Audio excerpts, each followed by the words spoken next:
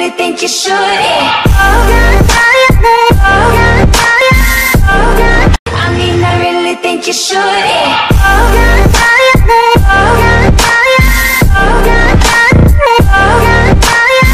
Bwana, hii ni exclusive interview. Nipo na jamaa ambao wanafanya poa sana kupitia muziki wa Injili hapa Tanzania, na ni kundi ambalo linafanya poa sana. Tutapata kujua mambo mengi sana kutoka kwao.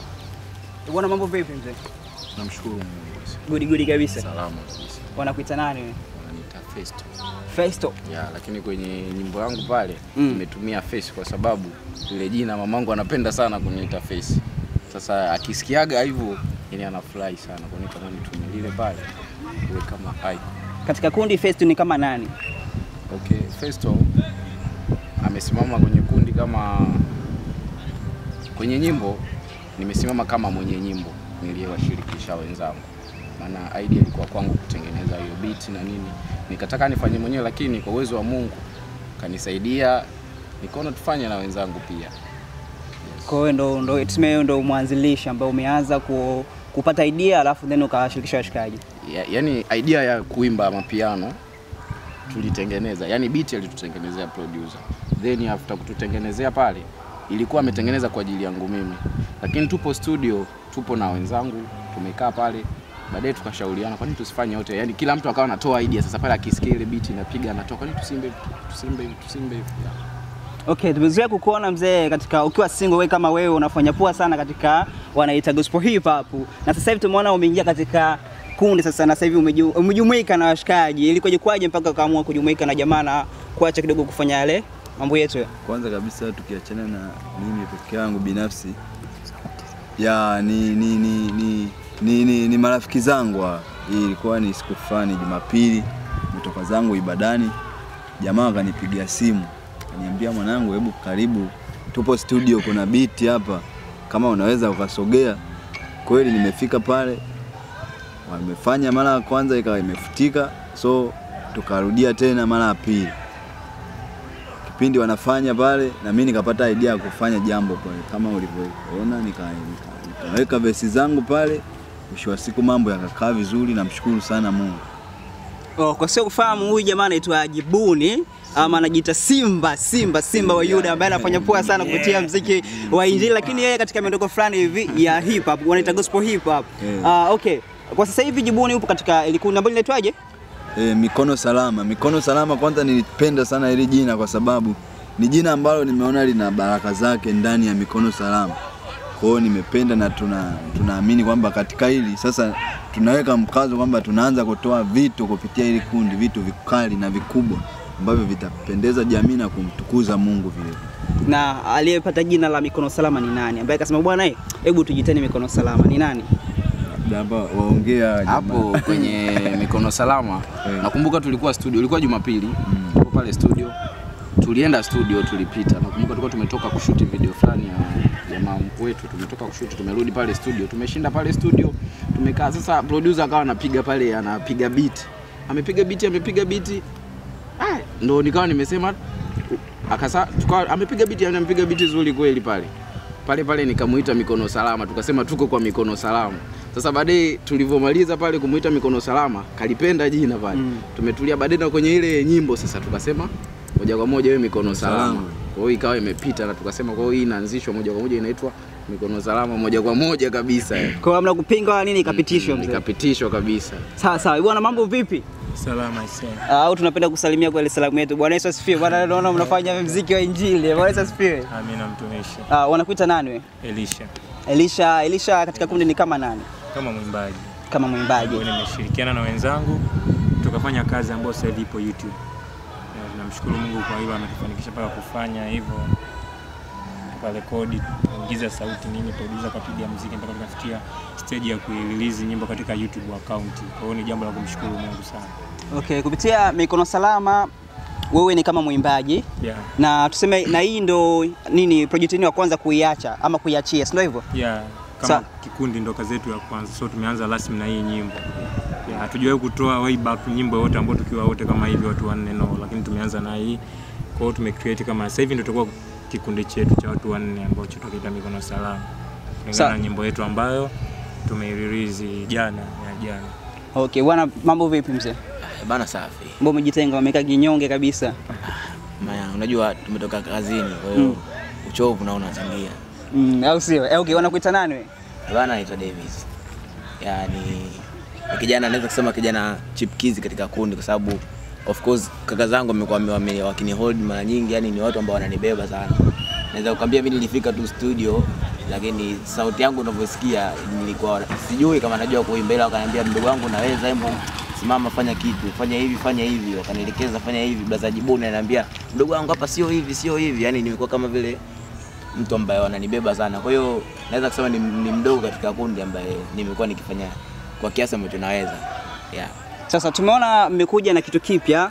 Tuchazoea kuona nyimbo za injili ziko tofauti, lakini kwa nyinyi sasa naweza nikasema kwamba nyinyi ndio vijana wa kwanza wa Tanzania kuja na mapiano gospel. Si ndio hivyo? Bila shaka. Mlifikiria nini mpaka mkaamua kuja na kitu kama hichi hapo hichi? Okay, kwenye hilo swala tuliona nyimbo nyingi sana za mapiano zinapigwa na kuna watu wanatengwa sasa. Yaani wale watu wa dini wanatengwa. Sasa tukajiuliza kwa nini watu wanatengwa? Kwa nini wanatengwa na jamii? Kisa hizi nyimbo mara vistaili fulani vya kuchezesha vichwa. Kwa nini watu wa gospel hawacheze? Lakini tukasema sasa sisi tutawataka nao wacheze. Muziki wa mapiano tutaufanya in gospel. Tutatengeneza kitu kizuri. Ndio hapo mimi nikatoa hilo wazo la kumwambia producer mtengeneza beat la mapiano, katengeneza, tumefanya. Idea ndio imetokea huko ya kutengeneza mapiano gospel. Kuna watu wanaongea sana, wanasema kwamba kwa sasa hivi muziki wa injili umekuwa kama wa kiuni fulani hivi, kwa sababu watu wanakuja na vitu vingine vya kidunia zaidi. Kuna wengine wanasema wanakuja tuna hip hop, washazungumzia kwamba hip hop ni muziki wa kiuni, kama mshakusikia hiyo kitu. Na kwa sasa hivi watu wengine wanamzungumzia msanii fulani, siwezi kumtaja sasa hivi, lakini wanasema kwamba yeye afanye nyimbo za injili za kumsifu Mungu, ila anafanya zile nyimbo za kuhamasisha jamii. Sawa. Kwa hiyo nyinyi kama nyinyi mnaposikia labda watu wanasema kwamba bwana mapiano ni muziki wa kidunia bwana, mnachukua vipi na tayari mshafanya project yenu tayari? Kwenye hilo swala mimi nawapinga cha kwanza kwamba mapiano, yani kwenye nyimbo kwanza tunaangalia ujumbe uliopo. Umeona, cha kwanza ujumbe unawafikia watu fulani. Sisi ujumbe wetu umewafikia watu wenye dini. Umeona? Na mle sema tumeimba, kuna lugha tumeimba ili kuipendezesha, ili hata kama mtu fulani ambaye kwamba mbona hajaelewa huku, lakini huku kuna kilugha chake kimepita amekisikia. Umeona? Kwa hiyo inakuwa mtu anaelewa vizuri. Kwenye swala la kwamba ni uhuni, hapana, napinga sana, napinga vilivyo. Kwa sababu hizi nyimbo sio kwamba kila mtu anafanya uhuni. Nyimbo hizi zinasikilizwa na watu wote. Huwezi ukasema kwamba wanafanya uhuni, hapana. Kwanza naturally muziki wa mapiano ni muziki ambao umetokea katika gospel. Yaani ukifuatilia zaidi ni muziki ambao umetokea katika gospel. Kwa hiyo sijaona kama ni muziki ambao utakuwa ni wa kiuni machoni pa watu wa Mungu, kwamba tukiwa tunafanya kazi muziki wa gospel tukiwa tunamsifu Mungu kupitia mapiano utakuwa muziki wa kiuni, hapana. Kwa sababu naturally mapiano ni muziki ambao umetokea kwenye gospel. Ni asili yake natural kabisa. Na mimi nataka niongezee hapo. So kwa sababu muziki kwanza namna nini sifa. Yaani sifa zote haziwezi zikasema zinamwelekea tu mwanadamu zionekane kwamba ni uhuni. Neno la Mungu linasema kila mwenye pumzi amsifu Bwana. Kila jambo lolote tunalolifanya hapa duniani ilibidi ziwe ni sifa za Mungu, kwa sababu Mungu yeye ndio kila kitu. Kwa hiyo ukisema kwamba kuna muziki wa kidunia, hakuna muziki wa kidunia. Yaani hawa watu ni watu ambao wamekamatwa tu na wingu la shetani, lakini kwa sababu shetani anawatumia hivyo, wewe utawaita watu wa kidunia, lakini sisi tunasimama na sisi kutetea nafasi zetu, kwamba nafasi zetu tuziokoe kupitia kumtukuza Mungu. Kwa hiyo hatuwezi kusema kwamba eti tunaogopa kufanya hivi kwa sababu unaonekana ni uhuni. Hatufanyi uhuni. Sisi tunataka tusimame kwenye nafasi ya kumtukuza Mungu. Kwa hiyo ninachowaomba sana watu wategemee kupata kazi nzuri na tunataka tuhakikishe tunarejesha watu wote wakae kwenye muziki wa kumtukuza Mungu. Sawa, tumeona makundi mengi ambayo yanakuwa yameanzishwa hayafiki mbali sana, yanakuwa yanaishia, yani yanaanza vizuri sana, lakini mwisho wa siku yanakuja yanaishia, yani aendelee tuseme. Kwa nyinyi hapa ni kitu gani ambacho mmekipanga na mnasema kwamba bwana sisi hapa mikono salama bwana, tutafika hivi na hivi na hatutoachana kabisa, na kitu gani ambacho labda mmekiweka mkasema bwana hichi kitatufanya sisi tusonge mbele, tusiishie njiani? Kati hapo. Okay, cha kwanza naweza nikasema tunamshukuru Mungu kwa pamoja, kwa sababu tulivyosema hii Mikono Salama iwe kama grupu, kila mtu amelizia kwa moyo mmoja. Hakuna aliyesema bana sijui itakuwa hivi na hivi, hapana. Lakini tumesema hii iwe crew yetu ambayo itatulia, itafanya nyimbo za amapiano na zingine huko hit, yani itakuwa inatengeneza hit to hit. Umeona? Na itadumu pia. Kila mtu amelizia kwa moyo mmoja kabisa. Hicho cha kwanza tulichoshukuru Mungu, na tunamwomba sana Mungu hata hili swala la kwamba eti kufa grupu na nini, hapana. Sisi tunaamini Mungu haliwezi kufa ile grupu. Na kitu kingine, unajua mkiwa na umoja na mkiwa mnazungumza lugha moja kama kikundi, yani mkiwa na ile ya kuelewana kwamba tufanye kitu fulani na mkafanya mkiwa mmenia mamoja, inakuwa ni vigumu sana kundi fulani kufanya